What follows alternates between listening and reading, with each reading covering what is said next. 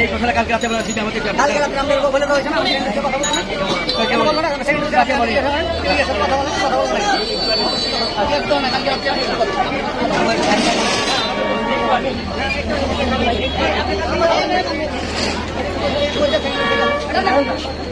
আরে ভাই যারা ঠিক আছে না রাখেন না আমরা দেখি না না না সরেন সরেন জলদি করে দেখো আরে রুটি লাগবে এই ব্রেক চলে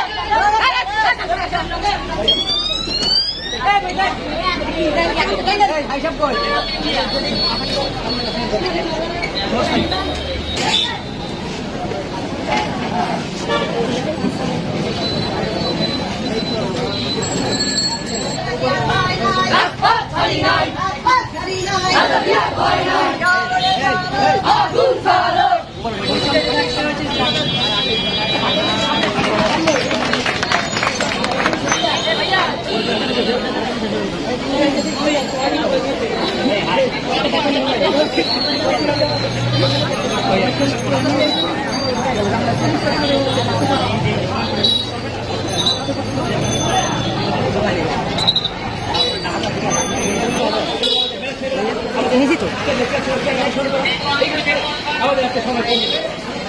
প্রিয় সাংবাদিক ভাইরা, আসসালামু আলাইকুম।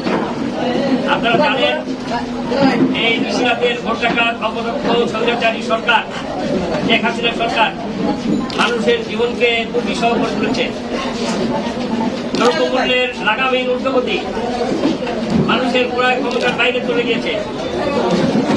গ্যাস, বিদ্যুৎ সহ নিত্য প্রয়োজনীয় প্রত্যেকটি জিনিসকে সিন্ডিকেটের মাধ্যমে, লুটপাটের মাধ্যমে এমন একটা পর্যায়ে এর দামকে নিয়ে যাওয়া হয়েছে, মানুষের জীবনযাত্রা নির্বাহ করা অত্যন্ত কঠিন হয়ে পড়েছে। শুধু তাই নয়, বিরোধী দল এর প্রতিবাদ করবে তার কণ্ঠনালীকে স্তব্ধ করার জন্য একের পর এক নিপীড়ন, নির্যাতন, জুলুম, অত্যাচার এই ফ্যাসিস্ট সরকার চালিয়ে যাচ্ছে। আপনারা দেখেছেন কয়েকদিন আগে চট্টগ্রামের কন্টেইনার টার্মিনাল, যেটির মালিক একটি আওয়ামী লীগের নেতা, তার ওখানে বিস্ফোরণে 42 জন লোকের জীবন হানি হয়েছে, 48 জনের।